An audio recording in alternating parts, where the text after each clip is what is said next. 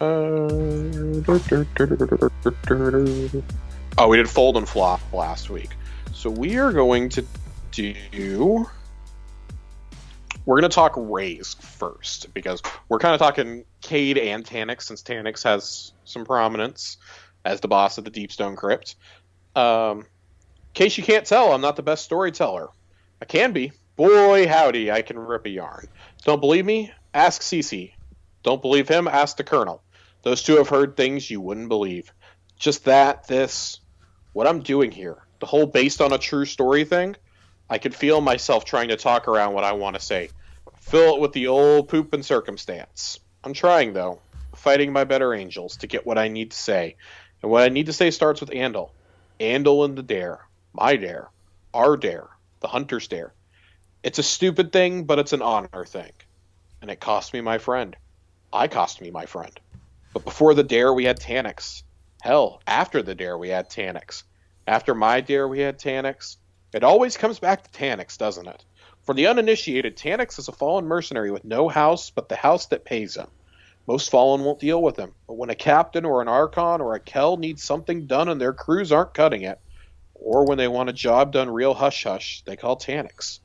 Back in the day, me, Shiro, Andal, and a few others got on radars. We'd rather stay off. The fallen houses put out bounties. A lot of glimmer on our heads. A lot of ether. Tanix took the gig. Only we didn't know. There'd been stories of a renegade fallen dropping bodies, but nothing ever concrete, so we just brushed them aside as more of the same. Nothing we couldn't handle, even on an off day. I mean, we were all aware the fallen were dangerous. Big-time threat each day, every day. But a solitary fallen boogeyman? Free of house? Cutting down guardians one by one? Yeah, right. Until Yeah, right was standing in front of us. First impression, he was a big boy. Bad attitude. Second, he was standing over the body of Nian Ruo. Didn't know her well, but we'd done a few runs. That day was supposed to be an in and outer. But then, Tanix. Nian never got back up, and Shiro's boy Lush lost his ghost. Full-on RTL, returned to light, gone and done. The whole scene was a blur. Lost our haul and hauled our butts out of there. Still not sure how we lost Tanix and his boys, just lucky that we did. Of course, ditching that troublemaker wasn't the end. Shiro and I got back, filled Andal in on the what went down as soon as we found him. This was before his Vanguard days. He'd been running a second grab on a cache our west. Wasn't back till the next night. We told him about Nyan. Lush was freaking out about his ghost. Couldn't blame him. Still can't. Then we did the dumb thing. We got cocky. Turn. Tanix didn't announce himself. Didn't say a word. Just laughed a few times and tried like hell to kill us all. But we knew it was him. Stories matched a story, you know, which meant the boogeyman had a face. The boogeyman was real. We could hunt real. We could track real. We could end real. Andal said something like the hunter is about to become the hunted, and the hands of the hunters he'd hunted. I know, don't laugh. I didn't. He was a great guy, even if his humor was a bit forced. It seems like a nice way to put it, but he wasn't wrong. Lush wanted to join up. A little payback for his little light, but we nixed that.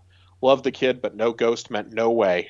Poor fella died his final death, RTL, less than a cycle later. Went on a run solo, didn't tell anyone, never came back. Shiro used to spin stories about him. He still does. Like he's still out there living a life we only dream of, traveling unknown roads, digging up untold enemies.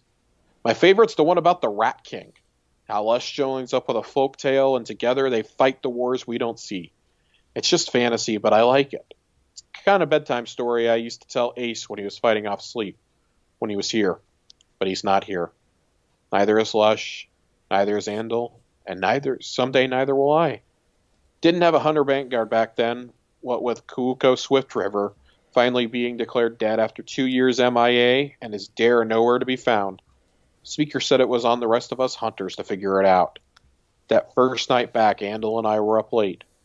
Not a new thing. He drank, I drank. He got tanked, I'm a robot, and we made the pact. Dare issued and accepted. See, there was that opening on the Vanguard, Hunter slot. We both wanted Tanix. Only one would get the killing blow and the glory.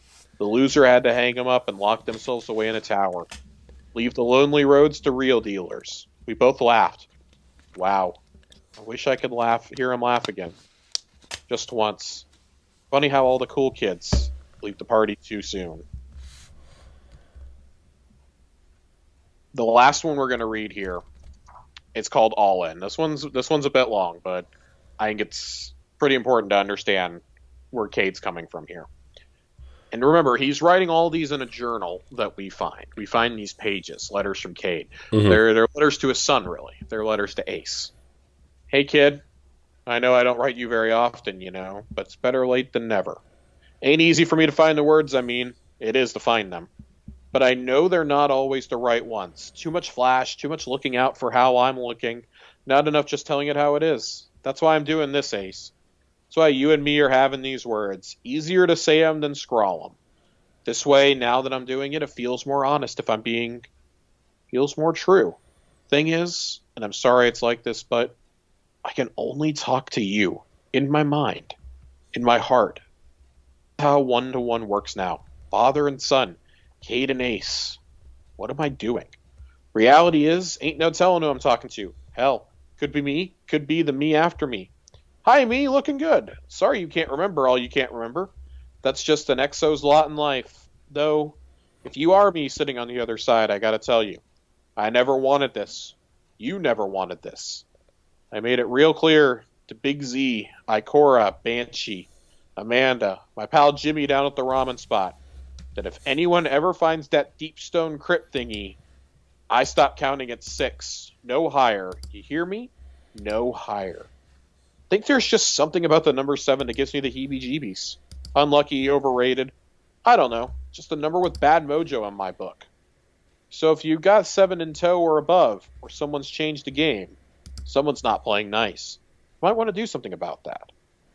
If you haven't listened to the earlier files, the start of this ramble, find them. Hear them. You might not want to take lessons from an unknown reflection, but trust me, whatever kind of man you are, you can be better.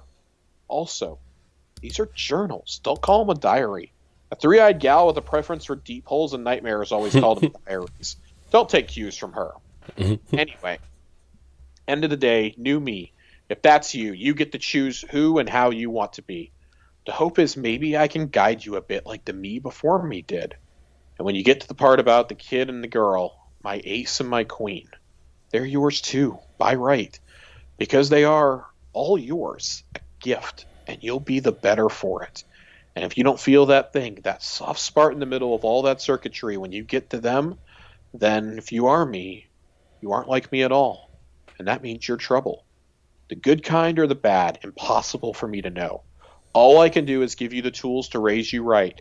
That goes for you too, Ace, if you're listening. Hell, it goes for anyone. Strangers, old friends, new enemies. Learn from me. Be better than me. Because I'd really hate to think whoever you are is someone I wouldn't get along with.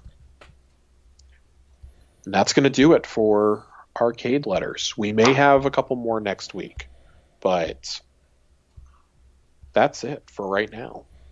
I think the Cayde that we're seeing in these letters is a very different Cayde than we ever get in the games. Mm-hmm. It feels like his personality on in the game is kind of like a mask of how he's really feeling underneath. You know what I mean? And these letters are pretty much says that to him too. Like, you basically insinuating, like, and Zavala knows it, and Ikora knows too. Cayde acts a certain way to keep the mood, to keep things light, to not keep things too heavy, and that's why it was kind of surprising. Like, they gave him so much characterization in The Taken King, but he needed to be that character in The Taken King alongside Eris's, like, dead serious demeanor. Mm-hmm. Like, we steal Eris's ship at Cayde's behest and use it as a suicide ram, essentially. Like, okay, cool. Like, we did that. We plant the beachhead. We infiltrate the dreadnought for other Guardians to come in. And, he goes to his grave still joking about how he owes her a ship. Mm-hmm. Like, this is who Cayde is at his core, though. Like, Cayde's like the rest of us. He's scared. He's terrified. Like, we're seeing his reflections here, and it's fitting that we only see them after death, because Cayde would hate for us to see this side of him. Mm-hmm. Especially the Guardian, to see this side of him. Like, we get the impression he's probably let Ikora or Zavala see this side of him before, but nobody else. Mm-hmm. Maybe Amanda, maybe Banshee, since they're both Exo. But you can tell it's not something he puts on display for the rest of the consensus or for us or the speaker. Like, this is something that he very much, keeps to himself, and it's fitting that we're the ones who find these files, who listen to him talk during the Ace of Spades mission, that we are the inheritor of Ace. We're the inheritor of Cayde's legacy, and I think, like, especially, like, I play as an EXO, and it's weird, because, like, I try to get into character when I play, and, like, I think, like, my EXO would react a very certain way. Like, Cayde's the closest thing they have to a comrade. Mm-hmm. Right, especially as a hunter EXO, it's like, damn, like, that last Cayde mission, when you go and you hunt down the parts to repair the Ace of Spades, and you're listening to his diaries, his journals, excuse me, and don't call them diaries. Yeah, you're hearing these reflections. You're reading the lore book, the man who they called Cayde. I think you already respect the character a lot. Like, even if you don't play Destiny, you understand he is the most recognizable character in the series, besides Ghost. Mm-hmm. It's the Ghost in Cayde 6. Like, that's who you think of. Maybe Crota at this point, because the raid became such a meme. Right. But those are the characters you think of. And I think it's fitting that his best character moments are completely done off screen in his own private thoughts. But this kind of circles back around to what we were talking about in regards to content. If you didn't go through and read all this, you would never know. Like it's a completely another character. It's a whole other side. It's beloved character in this franchise. And I think we're all better for it. Yeah, you would never know. No. So. That's Lore Corner for this week. It's a good one. On a bit of a somber note. But we'll plan to finish next week, provided that there's no preview lore, which I think there probably will be. Mm-hmm.